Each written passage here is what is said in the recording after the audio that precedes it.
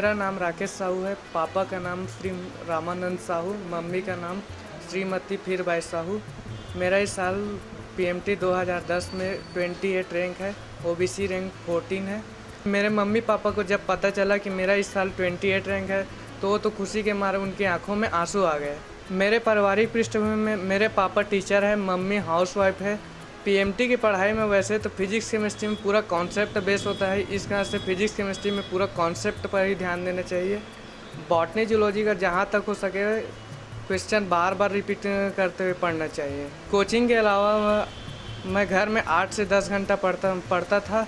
उसके अलावा बीच बीच में मैं कभी ब्रेक लेता भी, लगभग 10 मिनट के लिए ब्रेक भी लेता था ताकि माइंड फ्रेश रहे। जब मेरा सचदेवा के टेस्ट सीरीज में टॉप 20 में मेरा नंबर नहीं आता था तो मैं बहुत नर्वस होता था। उस समय मैं भिलाई सचदेवा के डायरेक्टर श्री चिरंजीव जैन सर के पास जाता था, तब वो मेरा हौसला बढ़ाते मुझे पढ़ने के लिए प्रोत्साहित करते थे। इससे पहले मैं 2 साल से तैयारी कर रहा था, लेकिन मेरा दोनों बार सिलेक्शन नहीं हुआ था। तभी मेरे मम्मी पापा ने निर्णय लिया कि मेरे को सचदेवा में एडमिशन दिलाया जाए। अब मेरे ख्याल से वो सही निर्णय भी था, क्योंकि सचदेवा से ही मेरा सिलेक्शन हो पाया है। यहाँ के टीचर बहुत ही अनुभवी है, जिसका मेरे को बहुत ही फ़ायदा मिला। यहाँ के चारों सब्जेक्ट के टीचर बहुत ही अच्छे ढंग से पढ़ाते हैं। वैसे सचदेवा के जो टीचर है वहाँ नोट्स उपलब्ध कराते हैं, जो बहुत ही पर्याप्त रहता है। मेरे ख्याल से सचदेवा के नोट्स पढ़कर ही सिलेक्शन हो सकता है। यहाँ की जो टेस्ट सीरीज रहता है वो बहुत ही ज़बरदस्त रहता है। इसके जो टेस्ट सीरीज में है पूरा पीएमटी जैसा माहौल रहता है।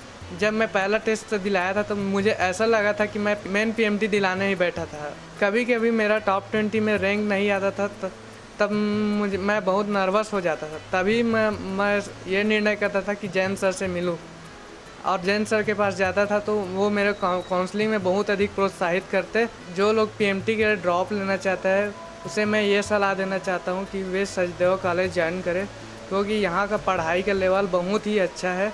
साथ ही वहाँ के जो पढ़ने आते हैं वहाँ सब सेलेक्टेड लड़के रहते हैं, जो उसके साथ रहकर बहुत ही फ़ायदा मिलता है। ड्रॉप लेने वाले बच्चों को फ्रेंड्स भी अच्छे बनाना चाहिए। मैं जिस फ्रेंड बनाया था उसमें लगभग मेरे सभी फ्रेंड का हो गया, और मैं जिस रूम में रहता था वहाँ 4 लड़के रहते थे। चारों लड़के का रायपुर में सिलेक्शन हो गया।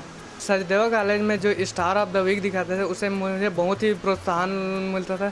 कभी कभी मैं भी यह सोचता था कि काश उनके जगह मैं वहाँ होता, और आज तो मेरा सपना सच हो गया। मैं वहाँ पहुँच चुका हूँ। जब मैं ड्रॉप नहीं लिया था तब मुझे लगता था कि पीएमटी बहुत ही बड़ी एग्ज़ाम होती है, लेकिन जब मैं ड्रॉप लिया और चिरंजीव सर के पास जब काउंसलिंग के पास जाता था तो मुझे ये आभास कराते थे कि पीएमटी बहुत ही छोटा एग्ज़ाम है और उसे आसानी से निकाल सकते हैं। उन्हीं की वजह से मैं यही वाक्यांश से मैं निकाल लिया। जैन सर ने मुझे एक चीज़ बताया था, वो मुझे बहुत ही याद है। जैन सर ने बताया था कि पीएमटी के लिए मुझे एक ही सीट चाहिए, और सीट तो 200 है, तो मुझे बस एक ही सीट लेना है। तो क्यों नहीं ले सकता? बाकी लोग से तो 199 तो सीट बच ही रहा है, लेकिन मुझे बस एक ही सीट चाहिए, तो उसे मैं आराम से प्राप्त कर सकता हूँ। बस यही बोले थे, वो मेरे बहुत ही प्रभावित किया। कि पीएमटी में सिलेक्शन के बाद मैं डॉक्टर जब बनूंगा तो मैं गांव में सेवा करूंगा, और जहां तक हो सके पीजी का कार्डियोलॉजिस्ट बनना चाहता हूं। इसमें संदेह नहीं है कि सचदेवा कॉलेज पूरे छत्तीसगढ़ में पीएमटी के लिए नंबर 1 इंस्टीट्यूट है। सवारे जिंदगी